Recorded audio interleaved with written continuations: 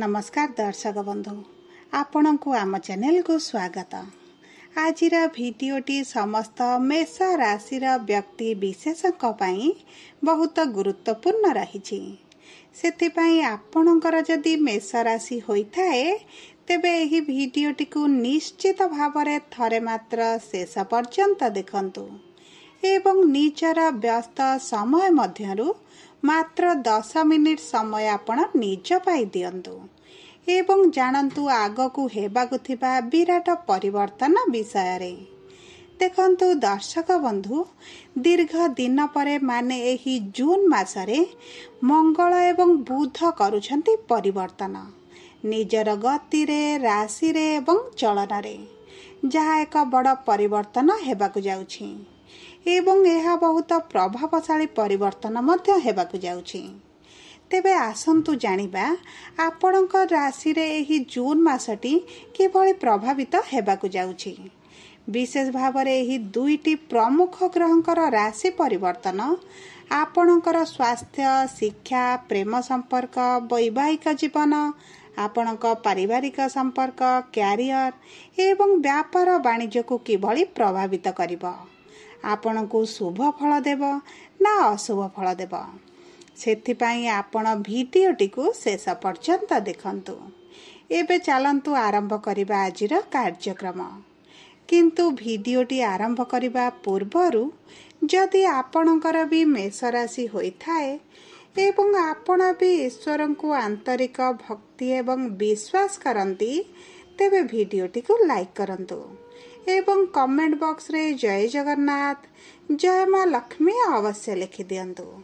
ता सहित आपणक मन रे जहाँ भी प्रश्न रही, जहाँ भी द्वंद्व रही, आपण कमेंट बॉक्स रे लिखि जणांतु।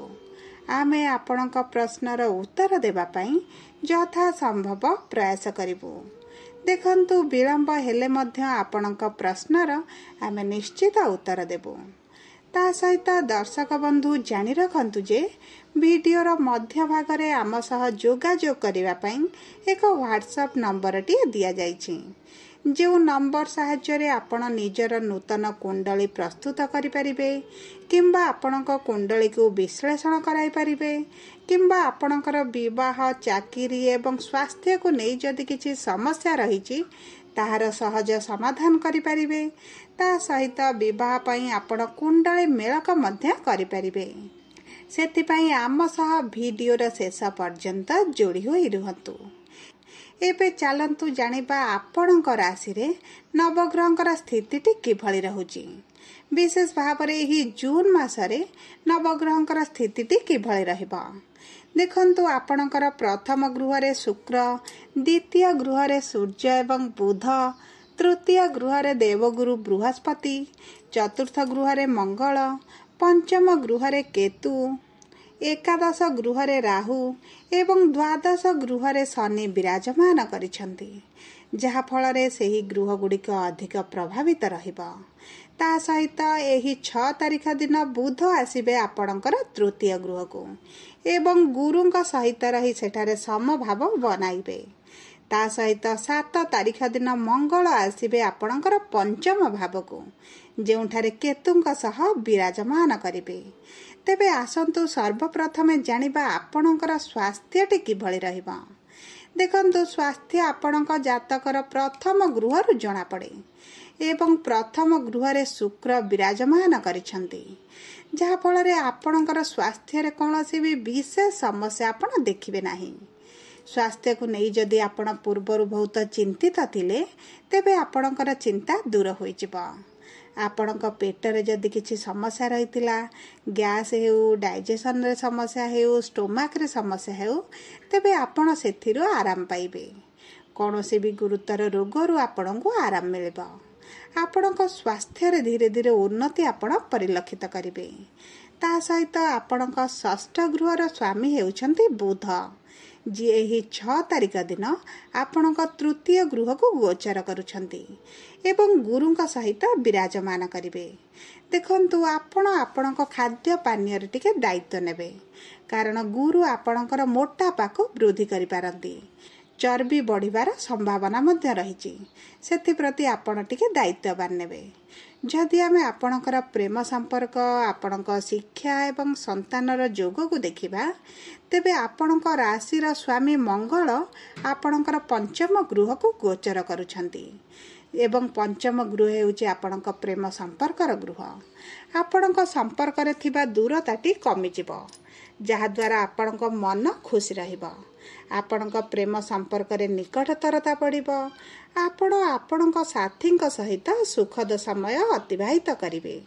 आपणको किछि गिफ्ट मध्य मिल पारे एवं आपणक संपर्क रे बुझामणाटी बढ़ी जिवो। मधुरता मध्य वृद्धि पाइबो। आपणक साथी आपणक निष्पत्ति को सम्मान देवे बुझिबे एवं उभय प्रेम विवाह करिबा पई मध्य योजना करि पारंती। देखंतु मंगल चतुर्थ गृह रे कर्कट राशि रे नीच थिले जहा फल रे आपणक संपर्क रे छोट छोट कथा को नै झगड़ा मनमालिन मतांतरटी बढ़ी जाइतिला। किंतु मंगल जेतेबेले पंचम गृह को आसीबे सूर्यंक राशि रे रहिबे सेतेबेले आपणक संपर्क रे जहा भी समस्या थिला दूर होई जिवो। जदि आमे आपणकर शिक्षा को देखिबा तेबे शिक्षा पाई एही जून मासटी बहुत भल रहिछि। आपणक पंचम गृह बा शिक्षार गृह को आपणक राशि स्वामी गोचर करुछंती जहा फल रे आपण जदि शिक्षा संबंधित जेकोसी निष्पत्ति नेउछंती आपण सेथिरे सुफल पाइबे। आपण कॉम्पिटिटिव एग्जाम दियंतु प्रतियोगितामूलक परीक्षा रे भाग नियंतु किंबा कोनोसी एंट्रांस इंटरव्यू देउछंती सेथिरे मध्य आपण कृतकार्य हेबे। देखंतु आपणकर जदि मनपसंद कॉलेज रे एडमिशन करबा को चाहुछंती किंबा आपणकर किछि कोर्स करिबारे आग्रह अछि तेबे आपण एहा मध्य करि परिबे एवं एथिरे आपण कृतकार्य मध्य हेबे। जदि आमे आपणकर संतानर जोग को देखिबा तेबे संतानर जोग मध्य आपणक पई भल रहिछि कारण आपणकर राशि स्वामी जेहेतु संतानर गृह को गोचर करुछंती एवं गुरुंकर दृष्टि मध्य रहुछि सेति पई आपण संतान प्राप्ति को नै थिबा असुविधा गुडिक दूर होई जिवो। आपण जो दुख कष्ट पीड़ा रे थिले आपण जो निराशतार सामना करुथिले एही सब समस्या आपणकर दूर होई जिवो। आपणकर भाग्य आपणकर साथ देबो। आपण संतान पाई चेष्टा करंतु डाक्तरंक सह जोगाजोग करंतु आपण निश्चित कृतकार्य हेबे संतान सुख प्राप्ति करिवे। जदि आमे आपणकर विवाहर जोग को देखिबा तेबे आपणकर विवाहर जोग सप्तम गृह जणा पड़े एवं सप्तम गृहर स्वामी हेउछंती शुक्र जी आपणक राशि रे अछंती। तेणु करी जेउ सब मेष राशि व्यक्ति माने अविवाहित अछंती विवाहर योजना रे रहिछंती सेमानकर विवाह हेबार बहुत अधिक संभावना अछि। पूर्वरु जदि आपणकर विवाह ठीक होई भांगी जाउथिला किंबा विवाह रे विलंब देखुथिले तेबे एही सब समस्या गुडिक आपणकर दूर होई जिवो। किंतु सबु परे मध्य आपणक जातक रे गुरुंकर अवस्थिति किभଳି रहिछि गुरु आपणकर विवाहर गृह को दृष्टि देउछंती कि नाही एही सब अधिक गुरुत्वपूर्ण। सेति पई आपणक कुंडली को आपण टिके विश्लेषण करांतु देखंतु आपणक जातक रे विवाहर जोग आसीछि कि नाही बोली। ता सहित जदि आमे आपणक वैवाहिक संपर्क को देखिबा तेबे देखंतु आपणक दाम्पत्य जीवन रे जेउ छोट छोट कथा को नै विवाद हेउथिला मनमालिन चलिथिला मतांतर चलिथिला ताहा सब दूर होई जिवो। आपणक साथीଙ୍କ ठारू आपणक प्रेमर भावना मध्य वृद्धि पाइबो। वैवाहिक संपर्क रे प्रेम रोमांस रो वृद्धि घटिबो। आपणक साथी आपणको बुझिबा आरंभ करिवे। एकत्र कोनसे एक स्थान को बुलिबा को जाई पारंती समय अतिबाहित करि पारंती किंबा आपणक साथीଙ୍କ ठारू किछि उपहार मध्य पाई पारंती। देखंतु एही जून मासटी आपणक वैवाहिक संपर्क पई बहुत भल रहिछि। आपणक साथीଙ୍କ ठारू आपण पर्याप्त प्रेम भल पाइबा एवं खुशी रे समय अतिबाहित करिवे। जदि आमे आपणकर कर्म क्षेत्र को देखिबा तेबे कर्मर गृहर स्वामी हेउछंती शनि जी आपणक द्वादश गृह रे विराजमान करिछंती जहा फल रे आपणकर कर्म क्षेत्र रे जहा भी आपणकर समस्या थिला ताहा धीरे धीरे ह्रास पाइबो किंतु आपणकर परिश्रम डी बढ़ी जिवो। आपणक कर्म क्षेत्र रे आपणकर सकारात्मक परिवर्तन आपण देखिबे।